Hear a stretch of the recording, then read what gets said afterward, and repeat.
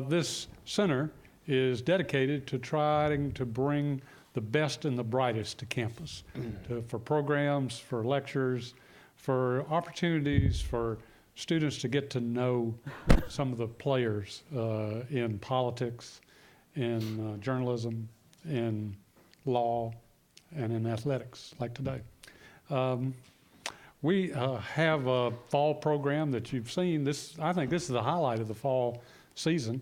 And we are implementing and announcing this morning what we call the Overby Center Speaker Series. And that is an opportunity for people to endow the Speaker Series in a name for themselves or a loved one, and continue the tradition of good programs here. And the Ole Miss Foundation is working. Any of you who want to write a check for $50,000 afterwards, you too can have a name program every year with outstanding speakers. So now that I've made that plug, I'm going to turn it over to Curtis Wilkie. Curtis is the founding fellow of the Overby Center, and that means he gets to have a nice big office and do whatever he wants to do. And I'm privileged to co-teach a course in the fall with Curtis each year.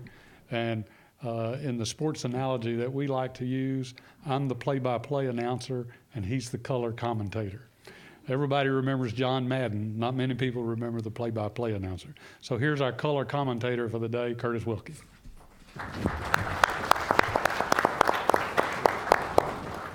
Thanks, Charles. I'll be very quick. We're glad to have this program, glad to have a lot of Ole Miss alums back on campus, so glad to have you all here. And I wanted to especially thank John Festivan and Scott Feeney, who helped arrange today's program. It's a very good and relevant one for this time of year. Two other things. Following the program, we'll have a reception out in the lobby. I hope you'll join us for that. And then to announce that our next program at the Overby Center will be on Monday, October 28th. David Ray Morris will have his new documentary on Yazoo City. It'll be at 5:30 in this auditorium a week from Monday. Hope you'll come back for that. And now I'm going to turn the program over to our moderator, Michael Thompson, who is Senior Associate Athletic Director for Communications and Marketing at Ole Miss. So Michael, take it away. Good morning. Good morning. Everybody here is in for a real treat. We do have quite a superstar-studded panel of sports experts. So I've got a good list of questions that we've developed over the last few weeks, but if we get through these things faster, be thinking of some questions that you'd like to ask, and if we have time at the end, we will open it up to the floor for questions. But let's start out by having each of you introduce yourself, and not just introduce yourself, but describe a typical day and maybe who the most influential person was in getting you to where you are today. So we'll start with Tracy. Okay. First off, thank you guys for having me here. Love coming to the Ole Miss campus. It's a special place, so I appreciate the invitation. My name is Tracy White. I'm the Southeast Regional Vice President for IMG College, and I spent 25 years on the professional sports side between the Atlanta Hawks NBA team, Atlanta Thrashers NHL team. And a little under 2 years ago, I had the opportunity to move over here on the college side. And so I currently oversee 23 properties in the Southeast. And I mean, probably cliche to say, I don't have a typical day.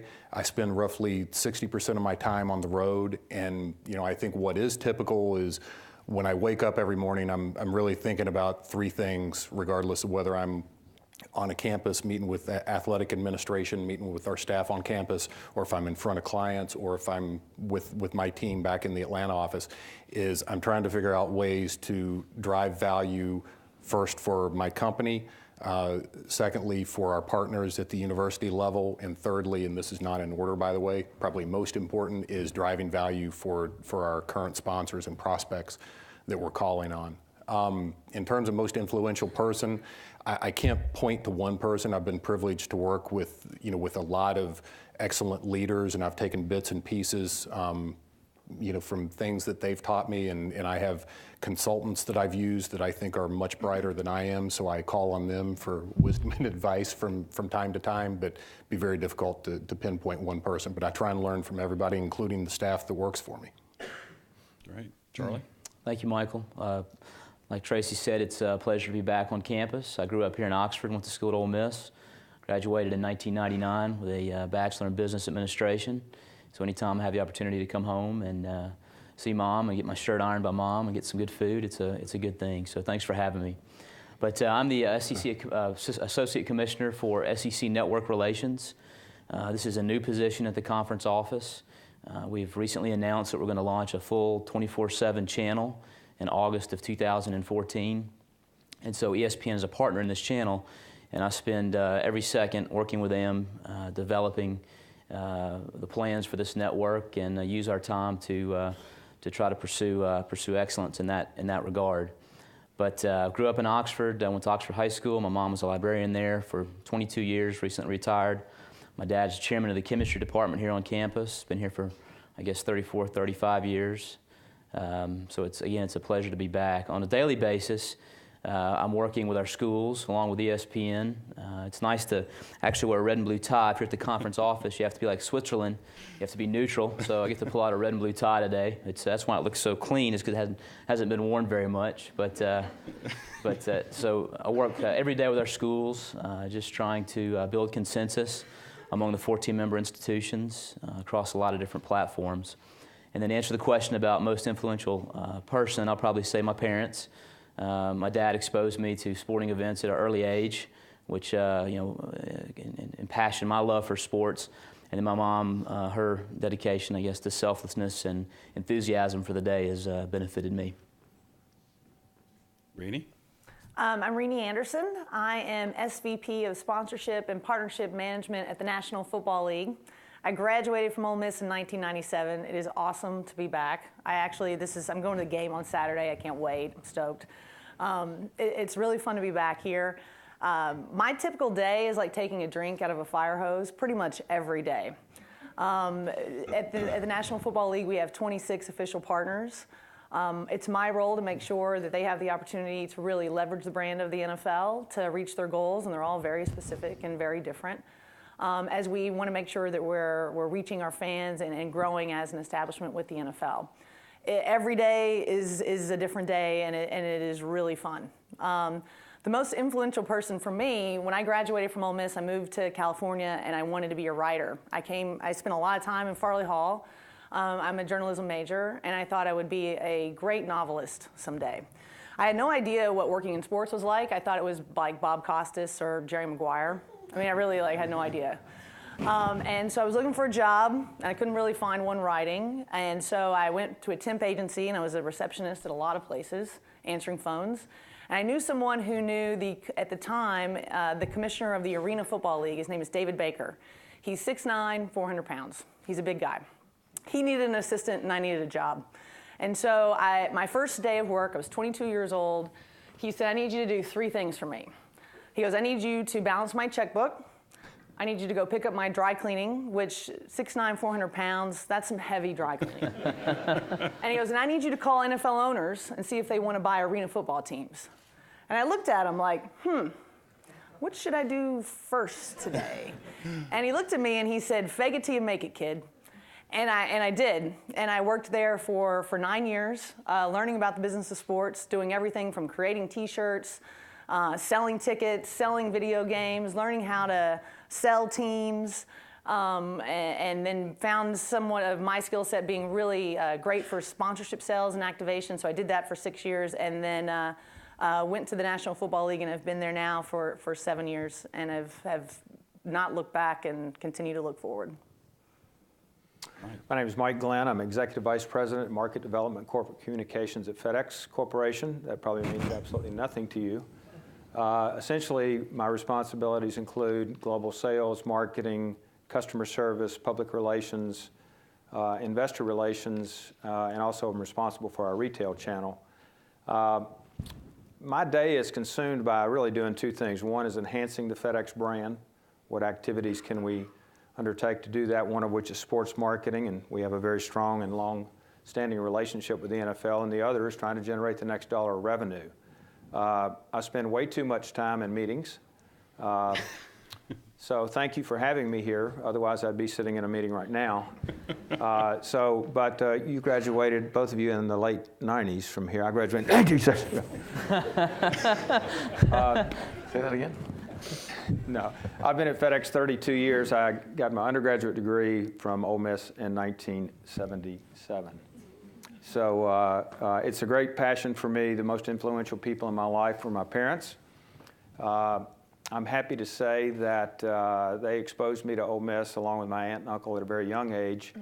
I've tailgated essentially the same spot for the last 20 years, which happens to be less than 100 yards from the spot I tailgated when I was 5 or 6 years old. So this is a special place for me, and just delighted to be back. Yeah, great. Before Ross, now, some of you may know Mike Glenn as serving on the search committee for both Ross, who's sitting to his left, and our head football coach, Hugh Freeze. So, little connection there. Ross. Thank you, Michael. So if we mess anything up, we can blame Mike then, right? No, it's great to be here today. You know, we pride ourselves on giving back every single day as an athletic program back to the campus. So when this invitation came, it was a no-brainer. Just let's find the date and let's make this happen. But I've been the athletic director here at Ole Miss for about 1.5 years. I'm still trying to use the new guy excuse. So if I do mess anything up, then I can just blame it on being new. But I think that's probably wearing off by now. But you know, things that we do in athletics revolve around communication. So my typical day is communicating, whether that's email, phone call.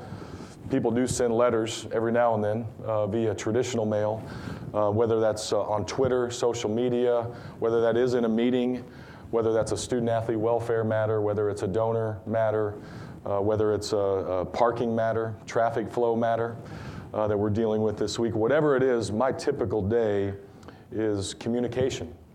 And that really serves the purpose of exactly what Mike said, is protecting and building the brand of Ole Miss athletics every single day, which ultimately affects the brand of the entire university. Athletics is not the most important thing on our campus, not by far. Solving a chemistry problem, training the next journalist, training the next teacher, that's the most important thing. However, we have the most responsibility because we have the most visibility. And so with that comes accountability. So we take that very serious in what we do in athletics every single day. So that's my typical day, is communication. The most influential people, I'll give you two. You said one, Michael, but I'll give you two. One is my father. I never heard my father raise his voice. And so people ask me how I'm so calm sometimes. That's probably one reason. And then also, I spent 5 years being around John Wooden, the legendary basketball coach at UCLA. I was very fortunate to be around him, and he gave me 2 words of advice. He said, have patience and work hard. Pretty simple for a man who won, 10 national championships at UCLA. But that's what I take every day is, stay calm, never too high, never too low, and then let's have patience and let's work hard. Those are good ones. All right, so we've got some questions for each of you. I'm going to start with Charlie. Charlie, as really the lead on creating this network that will launch in August 2014, which will undoubtedly expand the amount of content, games, et cetera, that are televised either on a traditional television or streaming over the internet. How do you balance that increase in distribution with still trying to bring fans into the stadium to watch games live? That's a good question, Michael. So there's no doubt that the SEC has been a leader, I think, in setting attendances in intercollegiate athletics for a while. But even our member schools, I think the NFL as well, are seeing a decline in attendance. And that's not speaking necessarily of television, just in general, the attendances are down. So Commissioner Slive takes that seriously, and in, I think, May of 2012, we formed a working group on the fan experience, specifically, the purpose of the group specifically to focus on the experiences on our campuses and take a look at see why these attendances are dropping. Michael serves on the committee, so we probably should throw the question back to you, but I won't do it. We also have, though, to answer the television part of that, ESPN is a partner of the conference on this network. They're also a television partner on our original package, and they have a member serving on this committee as well. So while ESPN certainly wants to televise as many games, SEC games as they can, provide the most content, they also want to see fans in the stands, have a great atmosphere, because that comes across, that transcends the television broadcast. And I came over this weekend, a guy named Justin Conley, who's actually back here in the back, to put him on the spot, is with ESPN. He's the general manager of the SEC network from their perspective. We were talking about this last night. And no matter what television does, the one thing that it cannot do is replace going to a game. I mean, you can't sit at home and watch a game and see the sights and the sounds and the pageantry that's there. So this working group, which you're on, we've done a couple of things that we think are beneficial in trying to improve that fan experience.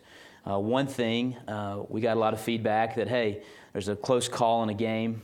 I can sit at my home and watch the replay 50 times to see if the official made the right call or not. In the stadium, you guys are letting us see it one time so you don't boo the officials too much. And we talked about that as a group, made a policy change. So now in the stadium, if you go to a game, you can watch the same replay on officials' reviews that a fan at home can watch. That's one step. And, you can't have that excuse now, they're not going to go to the game because of that. The second thing that we've done, which is really substantial, is the athletic directors approved a proposal from the working group to go out and spend money on research that provides quality data on really why fans are coming to games. Is it connectivity? Is it the cost of concessions? Is it lodging issues? All those kind of things. And so parking. Traffic. It's not parking, it's traffic. Traffic. Post-game traffic. And so the studies ongoing this fall. They're on campuses getting that feedback. So those are the kind of steps we've taken at the conference. You're well aware of it because you're on that committee. But TV's very interested in it as well. I mean, they want to know what's going on and see if they can play a factor in fixing it. They're going to do that. Excellent. Mike, so corporate involvement in sports is probably astronomically bigger than this audience probably realizes. I mean, FedEx spends millions and millions to connect the FedEx brand with various sports properties and teams and leagues and athletes. How do you determine what works for FedEx? Well, first of all, it gets back to the two primary responsibilities that I have, and one is to enhance the brand, the other is to generate revenue. And so you kind of, at least we look at it through a set of criteria that is it a fit with the brand. The FedEx brand has certain attributes that are important to us. We work to manage those, sustain those, grow those. And certain sports align well with the FedEx brand. Certain sports don't align well with the FedEx brand. I'll give you a case in point. NFL is a great fit with FedEx, the FedEx brand. Probably negotiating against myself here, I don't know. It's all right, we're good. We just signed a new deal, so I can say that. We're set. The X Games are not a great fit for us because the target audience doesn't align quite as well and things like that. So, we have to look at the brand fit. Secondarily, we want to look at our ability to generate revenue, whether that's with our partner or the teams themselves. And so we look for opportunities to do that. Each and every NFL team sends out a lot of merchandise. So can we obviously, if we're going to have our name associated with that league, we want to be involved in that transaction. The third is revenue from customer hosting. We host a lot of customers each and every week at NFL games, at PGA events, at NASCAR races. And our job is to create a unique and memorable experience that customer may never experience again in their entire life. And that builds relationships. We expose those customers to our key executives, our sales executives, to create loyalty and relationships that we can trade on at a later point in time. We also want to integrate these sponsorship relations into our promotions because that's a way we can measure the impact. The NFL is a great example of that. Our two primary businesses are our Air Express business, or our Express business, and our ground business. So we created a promotion with the NFL to name the NFL Air and Ground Player each and every week.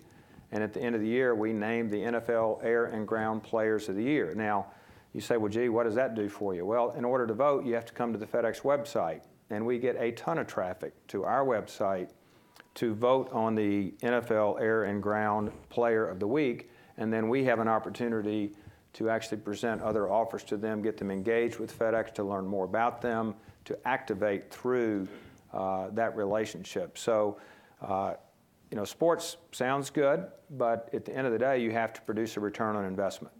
So for every dollar we spend in promotion, we're looking for at least $4 to $5 in incremental revenue for the company, and that's kind of the way we track that. So it's fun, and it's great to be associated with leagues. It's hard work. I think that's one of the misnomers that Tracy and I were talking about. Having a job in sports marketing sounds great. It is a lot of hard work, a lot of long hours, but if you select the right relationships, you know how to effectively manage them, then you can get a tremendous return on investment. Sure. All right, so Tracy and Rini, Mike has a limited budget. It's big, but it's not endless. College sports and the NFL are different in a lot more ways than probably our viewers here know. We'll start with Rini. Rini, how do you sell the NFL property to somebody like Mike? We have 185 million fans. We're America's favorite sport. When you think about that and you look at who Mike's looking at, a consumer, we've got it. And depending on if it's PepsiCo, if it's Bridgestone, if it's Procter & Gamble, we have everyone, which can be overwhelming. And so our goal is to make sure that we can really differentiate FedEx from their competitors in the marketplace, as well as differentiate them from the rest of our NFL family of partners, because we want them to live in their swim lane, really own their activation, and make sure we understand their goals. We have 26 official partners at the National Football League. They all have very different reasons why they're with us. And if we don't understand those goals, we can't help them hit them and exceed them, because we don't want to just maintain and make sure that they're hitting the specific goals. We want to exceed every year. And when we think about the NFL season, we're not just September to February. We are 365, 52 weeks a year. Right now it's in the middle of the regular season. We're rocking and rolling. It's everything is going on. We've got breast cancer awareness happening right now. We're moving towards military appreciation. Then we have Thanksgiving. Then we've got the playoffs and the Super Bowl. The day after the Super Bowl, we've got 32 teams that think they can win the Super Bowl next year, and we've got the NFL Combine and the NFL Draft. And so depending on when your time of year is, who your consumer is, we look to really build that partnership around the time of year where we know it's very key. And we have experts in our building that are very specific to those industries. So if we have a CPG partner like Procter & Gamble or PepsiCo, we know they're going to be really different than FedEx, and so we want to make sure that we surround them with the experts to make sure they can leverage their rights at retail to really get that end-aisle display, so make sure they're there at the right time. Excellent. And Tracy, you've been involved in professional sports too, but now with IMG College, how do you sell college? What are some of the unique parts about the college athletics experience? Yeah, so Rini mentioned the number of fans on the NFL side, 185 million. We have 175 million people who have identified themselves as college sports fans. And I think the big point of differentiation, and I'm not comparing this to the NFL, but I'm comparing it more broadly to just professional sports in general, is in college, there's people look at the sanctity and the purity of the game, and I think we like to say that the kids are playing for the name on the front of the jersey, not the name on the back of the jersey. And having spent as much time in professional sports as I have, I can definitely say there's merit in that. And I think a lot of corporations understand and appreciate that fact and want to be involved in something that's still considered a little more wholesome and pure. I would echo everything else that Rini said. At the end of the day, it's not good enough just to roll into somebody's corporate office and talk about the sanctity and the purity of the student athlete and the fact that you're actually helping generate scholarship funds and things of that nature. You have to come up with solutions that help those companies expand their business. Mike has mentioned that his job is to grow revenues, and that's basically the same job of every single person when we walk in the door and we're talking to somebody. Their primary question is, how can you help us grow revenues? And we have to figure out a way to do that. And we obviously have, the traditional media means that you would get if you're in a local market and you're buying radio or TV or digital or print or what have you. We have all of those elements to sell. But the big challenge for us is coming up with solutions that make sense for their business, that tie and integrate them back to the brand. So, people want to align. There's so much passion around Ole Miss football and Ole Miss basketball and baseball in this marketplace. Our challenge is how do we align a corporate entity so that they get the halo effect and really get to amplify their brand by being associated with our individual schools.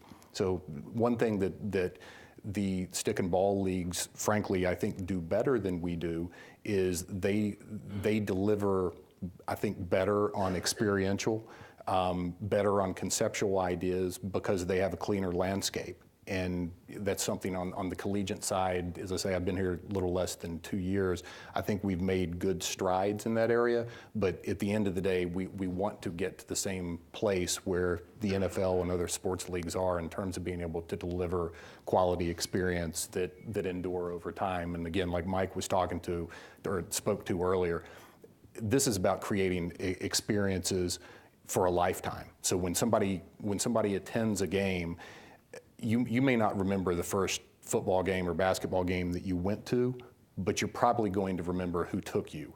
And it's about creating memories with, whether it's with your family or whether it's with your clients. And if from the client side, if you can deliver that type of memory back to a customer, then you've made a pretty big impact that should help your business grow. Yeah, I think, I'd spent some time in sponsorship myself very early after I graduated from Ole Miss. I think that's probably been one of the biggest changes in the industry is it's no longer about the CEO likes to play golf, so therefore we sponsor a golf tournament. It has become much more focused on achieving ROI from sponsorship, which traditionally hasn't had the most simple ROI calculations at all. Right. It hasn't been like traditional advertising. So as you guys talk about increasing revenue and helping your brands, your sponsors increase revenue with your property, Ross, the cost of putting on the show, the cost of putting on the game, the cost of building new arenas, bowling in stadiums, it's got to go up. It continues to go up and go up fast. And ticket prices seem to have to follow that. There has to be something to offset that. So does that bubble burst ever on the consumer? I mean, what do you foresee happening there? The cost of your marketing budget went way up too this year. Yeah, sorry, Jason. We you just forgot to throw that in there. The bubble bursting conversation I think has probably been going on in college athletics for the last 5 to 8 years. Because we have been building. We're in a building boom, and we have been for the last 10 to 15 years, but particularly the last 5 to 8 years as prices have escalated, and we're in the best league in college athletics. So can we charge the most? Probably so in our league. However, the bubble bursting, I think the conversation has to go back to what Charlie said about communicating with our consumers.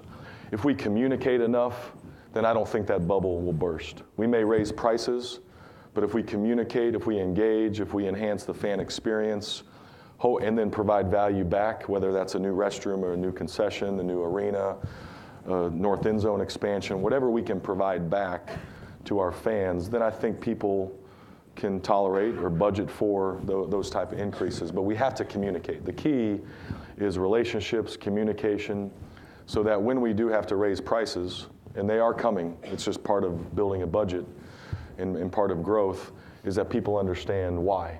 And they understand that I'm getting more in return, perhaps, for that value. So I think we can get off the bubble bursting conversation if we communicate. Mm-hmm. But if we don't communicate and all of a sudden we roll out a 50% increase in prices, then absolutely, we're going to have a revolt, on our hands. And we can't do that. We can't afford to do that. So I think we have to communicate. I think we have to engage. We have to monitor the fan experience. It is pretty nice to kick your feet up on your couch and watch that 80-inch high-def TV, right? And watch our game. I mean, the game on Saturday night, I watched the replay Tuesday night. It looked pretty darn good in high def, sitting on my living room couch. So we have to guard against that to make sure that people want to be in that stadium.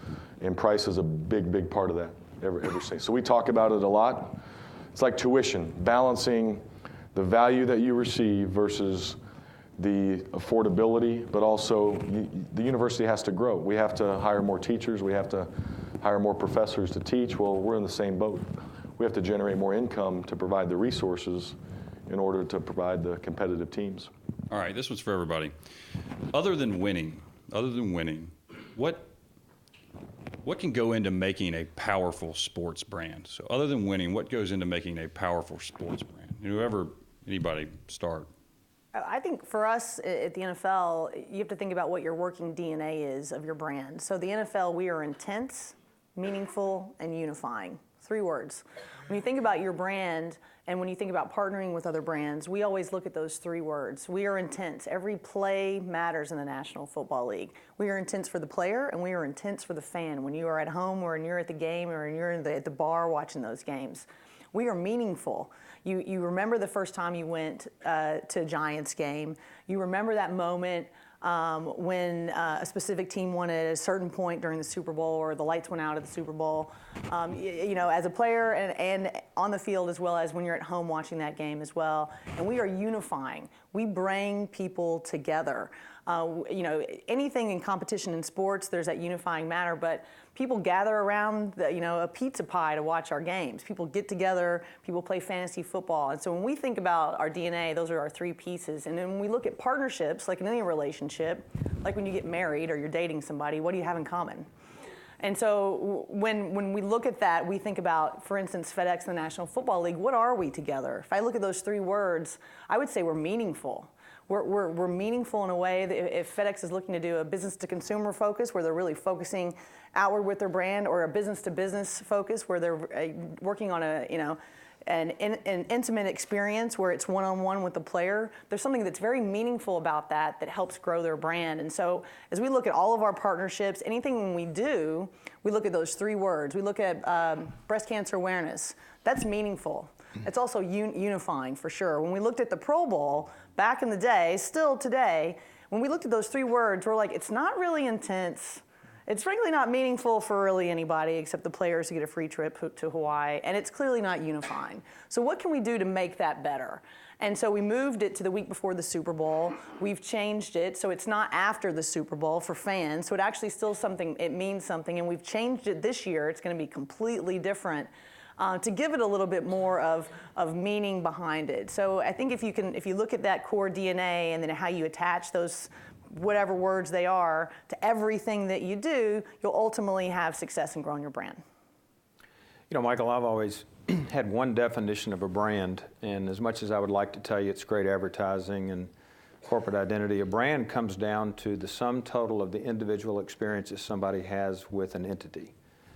And that could be, the NFL, it could be FedEx or whatever. And I always tell the story, think about checking into a hotel and what a brand experience really means. If you pull up in front of a hotel and there's nobody there to help you with your luggage, that's a negative brand experience. If you walk right in, you get to walk up to the counter, you have express check-in, that's a positive brand experience. If you walk up and your key doesn't work, that's a negative brand experience. And so those accumulate. And then you're going to walk away from that hotel with a positive experience or a negative experience. And that's affecting that brand and your willingness to stay there. The same is true for a game day experience with the NFL or the Super Bowl or a game day experience at Ole Miss. For FedEx, when we associate with an organization, we want to make sure that the sum total of those individual experiences is a very positive one. And that's not always like that. There are things that go wrong.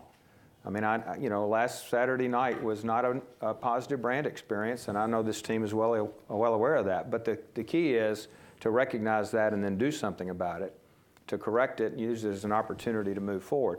So we work with our partners to create positive brand experiences, whether that's in NASCAR, walking down on the track 5 minutes before the race starts and talking to the driver and having your picture made, looking inside the car. That's a unique brand experience which we work very hard to make positive.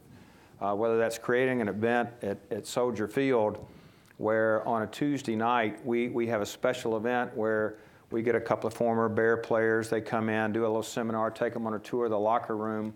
And most Bears fans will never see the Bears locker room. So we create an opportunity to have that experience. And so we work really hard to create positive experiences, and the sum total of those either going to have a positive impact on your brand or a negative impact on your brand. And so that's really our job, is to have a positive brand experience for each and every one of our relationships. I think consistency and making decisions that allow your program to last for a long time. So the classic book, Built to Last by Jim Collins, if we're building a program and we're making decisions that are built to last, then I think consistency comes into building that brand. And so if you lose that game, at least people understand that we're putting every effort into it, we're making the right decisions. May not have worked out on that particular Saturday night, but we know that we have confidence in those people. So I think it's consistency in making decisions that are long-term, for long-term success. And I would add, whether you're a university or whether you're a pro sports team in a local market, it's all about the community. You have to create touch points in a meaningful way in the community that really engage your fans. So that can be philanthropic efforts, and I don't mean the kind where you're just writing a check and sending to somebody, but actually having your front office staff and players, when available, go out and engage and do things, whether it's visiting hospitals or doing Habitat for Humanity or refurbishing a basketball court, but just showing the community that you care and that you're not always there with your hand out looking for a check and looking for them to support you. And, you know, game day experience should always be the best possible experience from a customer service standpoint that you can have. And while, you know, you can't control what happens on the field or the court, you can absolutely control how people are greeted when they walk in your arena, what the parking attendant says or does, the ticket takers, the ushers, the concessionaires. If people don't have a smile on their face when they're serving you, that's a big problem, because it's one of the biggest touch points that fans have with your brand are the people that are not necessarily your full-time staff, but your part-time staff. So you have to make certain that they're engaged and almost create that Disney-esque experience. You know, I think from my perspective in intercollegiate athletics, certainly winning is one easy way that a brand is defined in a positive light. But I think anyone will also tell you that any good brand has to be built from a foundation. And we were fortunate back 80 years ago in 1933 that we had a strong foundation built for the Southeastern Conference. You know, fairness, trust, equity, those are all three things that are important, and will, you know, no matter what happens with technology or changes that are to come, those three things for us at the Southeastern Conference must maintain. And we all serve to work for member institutions, and we've been fortunate to have good leaders that founded the conference in 1933, and to have, you know, leaders like Ross and Dr. Jones on campus now that are strong and energetic, and you know, they have to make decisions that are in the best interest of Ole Miss, but they also have to make decisions that are in the best interest of the Southeastern Conference. And I think that's one thing that sets our league apart, is that we all share, we're fair. The University of Florida and the University of Mississippi get the same piece of the pie in the Southeastern Conference. And that's not the case in a lot of other conferences. I think we're the only conference that you'll see after a football game or a bowl game somewhere where the fans are chanting SEC. And I wish we could bottle and know exactly what that means, but I think it's a lot of things, a lot of components that are in that have made the SEC brand successful. And I also agree with the point that you made about the Pro Bowl and changing stuff. Commissioner Slive likes to say, it's a Winston Churchill quote, that to improve is to change, but to be perfect is to change often. And so you have to always be looking and be mindful about things that you can improve to increase the opportunity for your fans to connect with your product. Yeah, we're recording this, by the way. Those are 5 of the best answers, all unique about that question. So I hope everyone, all the students out there, go back and listen to that again. Those are 5 excellent answers on that question. So, all right. So for Ross, Charlie, and Mike, and I'm gonna get to Tracy and Rini in a second. But for Ross, Charlie, and Mike, how has the fan changed over the last 5 years? Who wants to take that one? How have you changed? I can say start. instant, this is the fan today. Yeah. I mean, you know, instant access. you know, the fan is like this. Right. This is a fan. Right.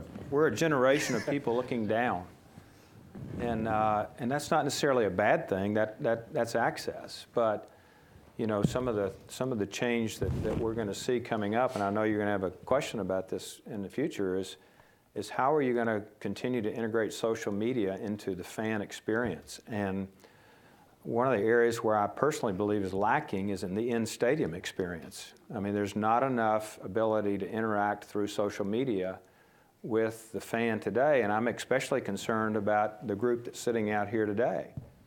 You know, I always tell this funny story about my daughter. We moved into a new house several years ago, and she came running down and saying, the Wi-Fi's down, the Wi-Fi's down. And so I went up there and I started piddling around with it, and I noticed that the TV wasn't working. I said, well, your TV's not working. She goes, Dad, it hadn't worked since we moved in. Now, that had been like 9 months. She could have given a flip about that TV, but the minute the Wi-Fi went down, she was freaking out. Well, that's our fan base. That's the next generation fan base. And so, you know, they're going to want to be able to interact and respond and live through a social media experience and have that integrated into a game day experience. So that's coming, and it's already there. And one of the biggest frustrations, you know, when Jerry World opened up, I happened to go to the first Cotton Bowl there. Some of you may have been there. And it had AT&T is a great customer of ours, but AT&T's name was on the facility. You couldn't get AT&T Wi-Fi in the stadium. And I happened to be with Randall Stevenson not long after that. I mentioned it, and he said, you wouldn't believe how many complaints we got about having AT&T Stadium and not being able to get Wi-Fi, you know, access in the stadium. So the demand is there, and we need to understand that, and we need to work together to make sure that from a sponsor's perspective, from the league's perspective, whether that be college or pro, that we know our customers and that we know what their demands are, and that we acknowledge that they're not just going to come to the game and sit and watch the game anymore. That's not what they want to do. And so that's a big change. I think it hits on that. I think it's just more educated. I think people expect more because we're asking for more engagement. So I think the education and the instant access Agree. is Sorry, Ron. fan of the day. I agree. I mean, I think the fan is still as vocal as ever, but I think the communication tools that you have in place let your thoughts and opinions be heard in a way that they never have been before. I mean, you know, public opinions now can be moved with a tap of a phone or a click of a mouse in 140 characters. And you know, 10 years ago, you may have had those thoughts, but they weren't able to be displayed on such a public way. And so I think, you know, that the fan is more empowered than they have been, and we have to respond to things they see. They just have an immense amount of choice. Yep. They have so many options today. Tracy and Rini, so where does sponsorship end? I know, you know, you see some international soccer matches, for example, and there's corporate logos on jerseys and things like that. I remember a Major League Baseball kind of fiasco of maybe 4 or 5, 6 years ago when they put Spider-Man logos on the bases for about, I think that lasted maybe a game and a half. Like the All-Star game, I think, yeah. Yeah, before there was a revolt. I mean, where does that end in the United States? You want to go first? Oh, Sure. now sure. That's a tough question. Let me just step in, Michael, before you get any ideas. The SEC's got rules that prohibit things like this. So Which we no don't like. ideas. And for you too, Tracy. I'm against those rules. I was going to say I hope it doesn't. Spider-Man on the bases may be too much, though. But I mean, listen, I think to some extent we're seeing it, right? I mean, obviously it's happening in international soccer, but you know, in the NBA with practice jerseys, it's happening actually in the NFL with practice Game jerseys. jerseys coming up. It's happening, and I didn't know if that horse was out of the barn. 2 but by yeah, 2 inch. The NBA is going to be putting corporate branding on uniforms. The NBA is also allowing what used to be pristine territory, the apron around the basketball court that you could only use for team branding or for the arena. They're now allowing corporate identification in certain places there. So I think, you know, what my experience has been with the surveys that we did in my old world is the fans are not only fine with corporate involvement because they understand that as long as you're investing in trying to make your product better, if you're investing in the fan enhancements and amenities that enable them to enjoy the game more, and if you're investing in the product that you're putting on the court, the field, the ice, they understand that that money has to come from somewhere, and as long as it's done in a tasteful manner, I don't think they object to it. Yeah, and especially in a way that's fairly organic and doesn't get in the way of the game. I think that's another big piece. Right. That's the key for us. I mean, our games are clean. So if you watch an NFL game on a Thursday, a Sunday, or a Monday, you're not going to see rotational signage. You're not going to see uniform jerseys or helmet decals or turf squares. Our games are clean and pure. You're going to see traditional advertising, and you're going to see the NFL sponsors that are authentically integrating that message within their advertising. For us, where you're going to see some changes as we continue to grow, as you think about technology, we want to make sure that it's authentically integrated into the game. So, for instance, when you're on the sideline, you see Gatorade there. The guys are drinking that stuff. You're not going to see Papa John serving pizza on the sideline, ever. I'm sure they'd like it. Yeah, some guys would like it. Some guys would like it, and we think about our sport, and as we continue to evolve with technology, our latest partnership with Microsoft, we're integrating the tablet into the sideline for playbooks for players. It is old school today. I mean, we actually are keeping Polaroid in business. They print out Polaroids, they look at it. I mean, it's like there's like a phone with a cord that goes up top. It is very old school today. And so as we continue to evolve that technology, you will then see branding integrated into that, so then you can tell the story. As we integrate into instant replay, how is that technology integrated? And then you'll begin to see some of that. We do have a little bit of our international series game. We have 2 games this year in London. As we're in London, we want to do as those that are there do. So we have a little bit more of integration of branding. We do rotational signage, which is very typical for soccer. But I don't know if we'll get to a world where the NFL is going to ever have that. Never say never, because we always have to grow revenue. But the key, too, is we want to make sure we're not taking revenue away that would go to our network partners just to grow a bump. And Michael, I'd add to that I think the NFL is the aberration there, because they receive their TV deals are so rich that they don't have to do some of the things to generate revenue that the other sports leagues have to. And so that's why the other leagues, I think you'll see digging a lot deeper, and we're seeing it again on the NBA side. You're going to see them digging deeper for that corporate engagement and the corporate revenue than the NFL does, at least in terms, not necessarily in scope of spend, but in terms of the types of assets that those leagues and teams are willing to put into deals to try and generate revenue. Yeah, I mean, Rini, even when you think about the Red Zone channel, raise your hand if you know what the Red Zone channel is. It's awesome, right? It's pretty unbelievable. I mean, you're watching the best plays from around the country with 0 commercials. Yeah. So that revenue, I mean, when you take out the TV partners and the media buying, you're going to have to infuse some kind of brands inside of that experience that people would actually see in the Red Zone channel. Especially, I mean, look, we have our own network, NFL Network, NFL.com, so we're going to integrate unique advertising there. It is a challenge. I mean, look, if it might make my job a little easier if I could go put a logo in the nets, or if I could put a uniform patch on Tom Brady. That would get complicated because I'd have to pay Tom Brady, but you know, it would be, we've got to get really creative on how we do integrate brands in a unique way. If it's with big events like Super Bowl halftime, which Pepsi's the presenting sponsor of that. Unique games like NFL Thanksgiving, which is Thursday. We've got NBC, CBS, and Fox, and how we work with those partners as well. But having the NFL Network, it's our 10-year anniversary of the NFL Network, and how we can integrate there in a very unique way. Clearly, we have 13 games, but we also we're on every day, so that it's not just about the 13 games. And how can you integrate your partners in a very unique way throughout the year 365? Excellent. All right, for each of you, what's the biggest challenge that you face today? Managing expectations while growing revenues. That's a good one. Can I just take that? Ditto. No, I think there's that. In the college space, I alluded to it earlier, trying to get better with what we're allowed to do from a conceptual sales standpoint, from an experiential standpoint.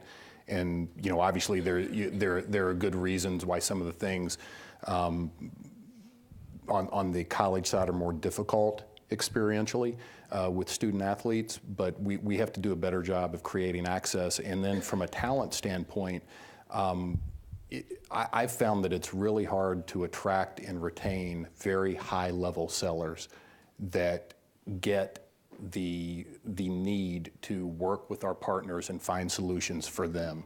There are a lot of people that have come out of the media business, and this is not a shot in any way at our friends at ESPN, but locally, there are a lot of people that come out of the media business that just want to sell transactionally, and we can't do that. We have to figure out ways to make Mike's business better for him and all of our clients' business better. So I'd say there's a dearth of talent from a sponsorship standpoint. I think this is probably a positive and a negative, but it doesn't ever turn off in college athletics, at least not at the Southeastern Conference, and so. Certainly it's a positive that there's a lot of interest. SEC Mania is alive and well, but it also can be a challenge to have it on 24 hours a day. And then the other thing, as we try to create this channel and tap into all the SEC Mania, the competition for time, that's a challenge. There's lots of things up against us, lots of other channels and things that folks are interested in, and so making sure that we provide compelling content to try to win that time is a challenge for us. I think for us is keeping up with the fan engagement and the appetite that our fan has for our sport. During the regular season, an avid fan spends about 13 hours a week on the NFL. The casual fan's about 9.5 hours. Think about your day, 9.5 hours a week with the NFL, and that's watching games and making sure. And during frankly the quote unquote off the field season. The avid guys are still about 9.5 hours of engagement when we're not even playing, 6 hours of the casual fan. So how do we continue to feed that appetite in a way that we're not overexposing ourselves in a way, and making sure that we continue not to be complacent. Commissioner Goodell is very focused. We're never satisfied with where we are. We want to make sure that we want to keep the lights on in the Super Bowl. We want to make sure that we continue to grow revenue, we continue to grow our ratings, and I think the key for us, the big one is clearly today as we think about health and safety of our sport and in making sure that kids are still actively playing football and playing it safely. And then for those consumers that are going to the games, making sure that they are going to the games, and while they're there, they are having a very unique experience there, making sure that we've got our stadiums fit for Wi-Fi, which not all of them are. And that's definitely a challenge as we continue to move forward. I think the key about the NFL is we don't have to be the first that does something, but when we do something, we've got to make sure that we're the best. And so we're going to take our time as we do evolve with technology, but when we do it, we're going to do it right, and it's going to be great. Well, as much money as we spend on sports marketing, and it's a lot, it's actually a very small part of what we do, how we go to market. So, the biggest issue for me is kind of ties back to our philosophy, people, service, profit. And we have over 300,000 team members around the world, and making sure that we hire the right people, they're well trained, they understand the mission of the company, because that's the way that they're going to provide that positive brand experience that's going to allow us to generate profits to return to our shareholders and reinvest in the team members. We have a saying, it's a purple promise, and that's to make every FedEx experience outstanding. So everything I do day in and day out is focused on how can I make every aspect of our business outstanding. Sports marketing is a part of that, but it's a relatively small part in the grand scheme of a $45 billion company. And it's important, but if we don't answer the phone promptly within 20 seconds, if our courier shows up and, drops a package, or God forbid having another courier toss one over the fence, those are the issues. I mean, those are the things. That's that sum total of those individual experiences.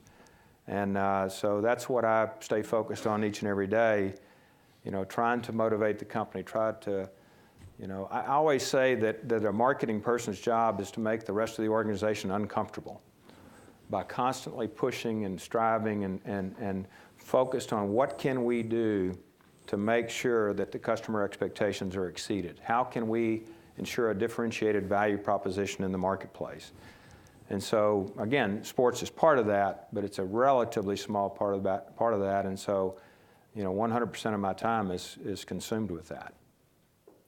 Ross, you give Michael a job well done on keeping you uncomfortable. Yeah, absolutely. Let me add to mine, because I jumped the gun a little bit.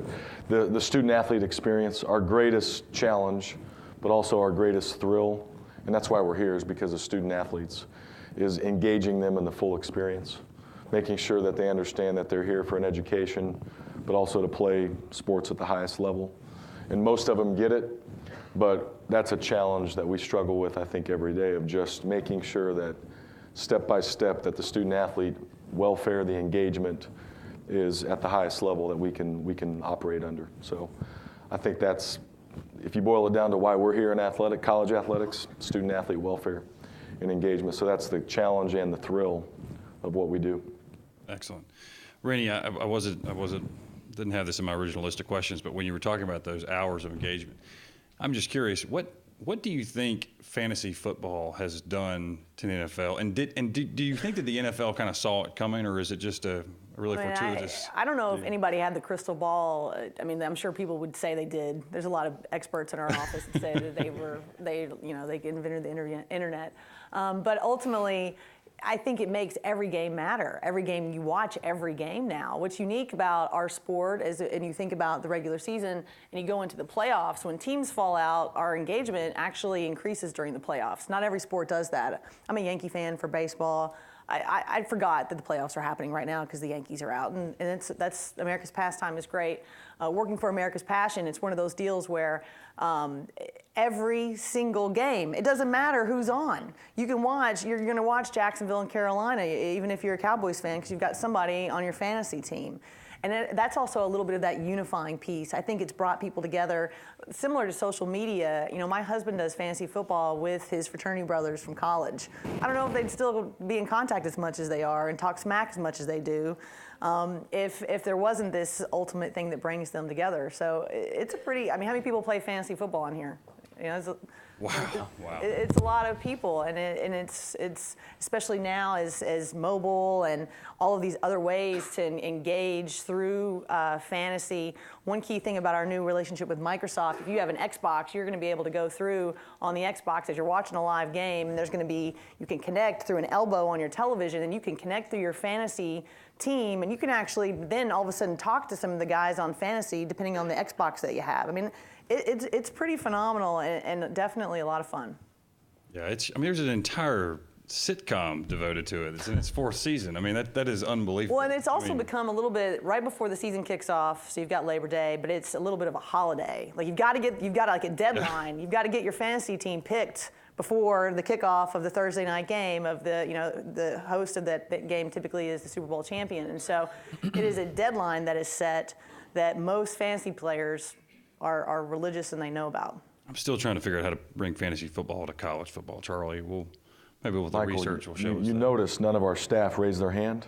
Yeah. We can't play fantasy football because of the NCAA gambling restrictions. So you can play, but you can't play for money. You can't play for money. It's all for fun and bragging rights. Yeah, it's all for fun. Fun and bragging all rights. for fun. You can't play it, doesn't mean you can't create it, right? It's all for fun. All right, this is a little bit of a different question. So technology has changed significantly in the last 5 years, right? Probably more so than it did in the 15 before it. Let's get that crystal ball out, and maybe 5-10 years from now, what do you think's happening in this industry? What do you think the fan looks like? You can answer it any way you want, but maybe think 10 years from now, what does your category look like?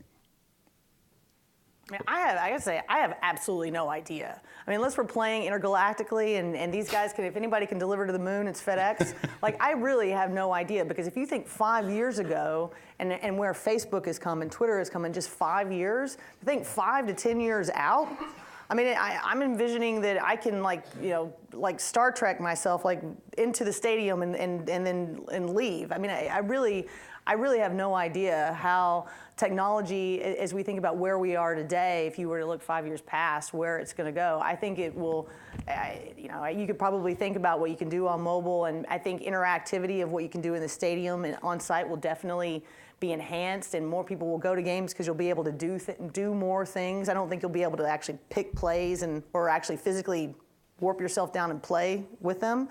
But I think it'll be pretty amazing to see how stadiums have evolved, how viewing at home will evolve on your second screen, third screen experience, because now you can watch, for our sport, you can watch the NFL on your phone.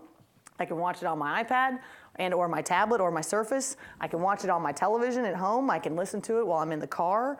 I think it'll be very interesting to see where it goes, but I have absolutely no idea. Yeah, Google Glass there's got to have That's kinda something wild. in there for that. Right? Well, I'd say two things. One is I hope technology and innovation makes a major step forward in player safety, because I think if it does not, the game we all love could be at some level of risk.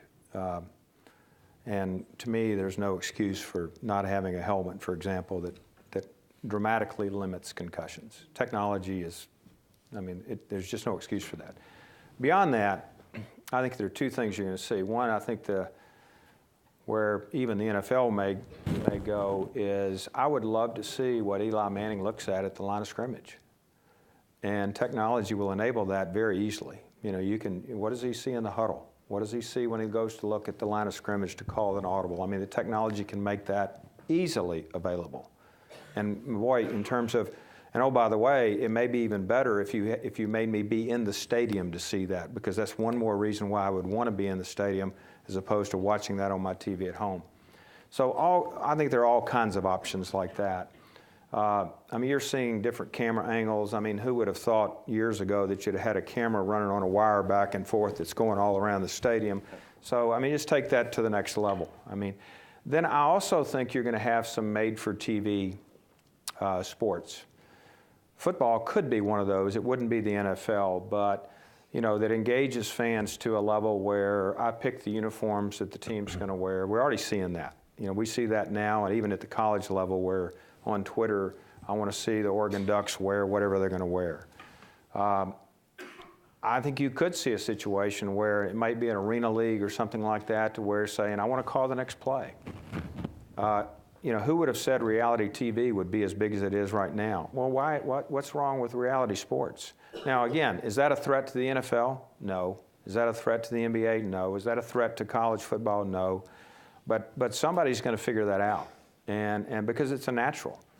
You got American Idol. Why wouldn't you have something along those lines when it comes to sports? Certain sports lend themselves to that, others don't. But I think you're going to see it. It's just a matter. And I think you're going to continue to see the fan experience, whether it was with cameras or virtual reality or whatever the case may be, Google Glasses. You're going to get the fan closer and closer and closer to the action. That's just going to happen. I think I agree totally with Mike about the experiential, and I think we're going to see more segmentation of our fans, where they want more customized access based on what they pay, where they live, where they sit in the stadium. I think the individualized customization of packages, whatever. I might sit right next to Mike, but my package might be different because I did something different, or I activated something. So I think the customization. What I worry about is that if we invest now in certain technology, that it's obsolete in 5 years. So if we do our stadium and Wi-Fi next year, and we spend at least $2 million, is that going to be the technology that's used 5 years from now, because now everything's on some cloud? That's what I worry about, is that we invest now in technology and we snap our fingers and it changes, and we just spent $2 million and now we have to change. So that's what I worry about. So what is the right solutions? I think that's why we're doing this research, to find out, what the consumer wants. So those are a couple thoughts. Agree. Those are great answers. I think the fan is going to continue to want access, more access behind the curtain, which is something that we'll strive to provide. You're right. Who would have thought that you could take your phone and, you leave the house, take your phone, watch a game, change to your iPad or whatever smart device you have. I think that'll only continue into the future. And then technology will continue to grow. I'm aware that there's, to Mike's point about player safety, there's already products in the marketplace that haven't, to my knowledge, been approved by the NFL. I know not by the Southeastern Conference yet, but where you can actually put chips in shoulder pads and in helmets and in leg pads, and you can measure your players' performance as they go. How hard was that impact when it was a head-to-head collision? Is it at a certain level? If so, does that player come out of the game? We're testing that. Is your running back? He started at 100%. Now I'm looking at the chip and it says he's 85%. I know my second string player, 85%, that's right where his, his metric is. Let's put him into the game. So, what we've seen, I think, is only the tip of the iceberg, and technology is going to double what we've had in the last 10 years. And I'll go back and grab a point that Mike made about fans on Twitter weighing in on uniforms and what they'd like to see the team wear. I think that's one of the unique points of differentiation that I think technology has brought to the table over the past few years. Is marketers have gone from just pushing their message out to consumers, and consumers or fans being on the receiving end, to today fans really have a voice. I mean, they can, whether it's Twitter or Facebook or YouTube or Instagram or whatever it is, you've got this community that builds around passion points, and they can actually influence what takes place in with certain teams, whether it's uniforms or whether it's decisions on the fan experience. And I think technology is only going to continue to evolve. I don't have a clue what it's going to look like, but I think the one thing we can all bank on is it's going to continue to get more fragmented. And from a marketer's standpoint, it's going to enable us to learn more and more about our fans. And it's no longer that, Michael comes to a game and he's 40 years old and, we know he enjoys sports, but we're going to know, where you like to eat before the game, or what you consume when you're tailgating, or what types of merchandise you like to buy. And all those things will continue to evolve. And that helps us when we go in and we're sitting down in front of clients and prospects and figuring out how to grow their business, because we can get more targeted in the types of consumers that we're delivering. And then completely different subject is the viewership standpoint that we're talking about. All of the things that have been noted earlier are great points, and I think what that's going to enable us to do is fans are going to be able to, whether it's on their device or whether they're sitting at home, they're going to be able to choose what camera angles they actually watch something from. Nice. Now you added, if you were talking about me, you added some years to me. One point I'd make that I think is going to have an impact on this, Michael, is we've seen a proliferation of all sports programming. I mean, ESPN has dominated this space for years and years and years, but now you see a Fox channel, and then you see a CBS channel, and then you see an NBC channel. And so there's not enough content out there for all of these channels to survive. So people are going to have to create content. I mean, there are not enough football games. There are not enough basketball games that people are willing. So there's going to have to be content that's created. And again, you go back, I'll use my analogy of an arena football league. Well, let the fans draft the players. Let them draft the team. Let them, so there are lots of things that can be done. Now, will that happen? I don't know. But something like that is going to happen. Somebody's going to create content. Somebody came up with American Idol. And look what it did for Fox. Somebody's going to do that. Well, when it happens, we have this recorded, and we're going to go back and we're going to show what kind of genius you were. It may not be in my lifetime. I don't know. It was certainly not my career, but it'll happen. We've got one more question that's very relevant to this audience, to or at least a lot of this audience. Probably a lot of people in here that one day would like to get into some kind of sports. And then, in light of what you just talked about where this industry is going in 5 years, maybe 10 years, what advice would you give those in this room that are looking to get into sports maybe in a couple of years? How would you advise them on trying to do that? What kind of skill sets would they need? I think, first and foremost, if anybody's in school and you have an opportunity to do an internship, absolutely take advantage of it. It is hands down the best way of getting your foot in the door early. And I think what everybody will learn is once you do a good job, a lot of our world is about networking, and it's about making connections and establishing relationships. So if you have an opportunity when you're in college to do an internship with a sports team or a venue or a university, I would highly encourage you to do that. Other things you can do is, become bilingual if you're not already, and most of you probably are, but the sports world is truly a global world now, so if you're bilingual, that would help. And piece of advice I give to everybody when they come in and they start working for us is if you don't do anything else, make certain that you do everything in your power to make your boss, your direct report, look good, because you need to have a champion as you progress throughout your career, and the best person to be a champion for you is your direct boss, because he can help or hurt you in many ways. He or she can help or hurt you in many ways. Great.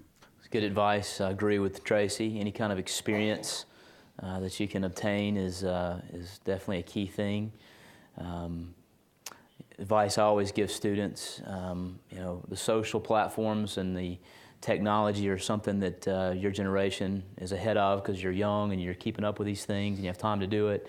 So the ability to bring those new technologies and social platforms to companies you may work for is a key, but you can't still let go of the basics. You know, I see at our office, if there's a resume that comes across and the grammar's not right in the resume, it goes out of the pile. And so just the basics, learning to communicate to people. You know, sometimes a text message has a tone that you don't mean it to have, so there's times you got to decide it's better to pick up the phone or still talk face-to-face to people. Those basic elements of communication, I think, are absolutely critical. I think the internship's key. I mean, for me, again, my degree was in journalism, and I sell sponsorships. There's absolutely no connection there. You know, but I love to tell stories, and so I do that every day in my job. I tell stories as I sell the business, as I work with our clients.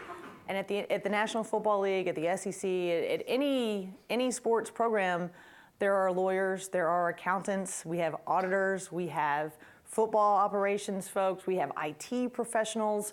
You don't have to have a sports marketing brain to work in sports. You can have a career, and you can have a background and an expertise in anything that lends itself to business. Because at the end of the day, it's business. I was just in where's the city? San Francisco. We were with our Visa client. We went to a game, and I was mentioning this last night. And I was at the hotel, and there was a conference going on there, a latex conference. And I looked at the conference sign, and I was like, yeah, that's interesting. I mean, I'm sure it's a great industry. I could probably sell latex. But I'm going to the 49ers game. Like, that's pretty unbelievable. So I think you have the ability to work anywhere and be anything you want to be. If you can take your skill set and transition into the world of sports, that's great. But you can be broad in your background and really bring something that's great to your professional self as you're an executive, as well as you look on in your career. You know, I guess the advice that I would give you is to be aware of your personal brand. You know, each and every one of us has a brand. And it's how you present yourself, how you talk, how you write, how you dress, your interpersonal skills. And if you're not aware of that and you're not effectively managing that and you're not thinking about that day in and day out, I mean, you know, I could give you lots of analogies, but the best way to excel is the ability to sell yourself. And when you get into the interviewing, you're going to be competing with another person. You know, my first job at FedEx, I competed with a guy that was a Harvard MBA. I had my MBA from the University of Memphis. Why did I get the job and that guy didn't get the job? Because I had the ability to sell myself better than he had the ability to sell himself. I mean, your degree is going to get you in the door. It's going to get you the interview. Once you get in that interview, I'd love to tell you that the Ole Miss degree is going to do a whole lot better for you than the Auburn degree, but it's not. I mean, that's what got you in the door. It may prep you for developing your personal brand and managing your personal brand better, but your personal brand is going to be the thing that makes the difference. And it's going to be the thing that makes the difference once you get the job, because it gets right back to what Terry was talking about. How do you manage yourself? How do you work within the organization structure? Do people view you as a good teammate or bad teammate? Now, sports marketing, the only thing I would tell you about that, we were joking about it earlier, it looks like a whole lot more fun than it is. Because I see one of our former team members in the back. I mean, the number of weekends that he was on the road with our FedEx Cup sponsorship away from his family, working near 24 hours a day to make it great for everybody else. Because that's what your job is, to make it great for everybody else. It's not necessarily great for you all the time.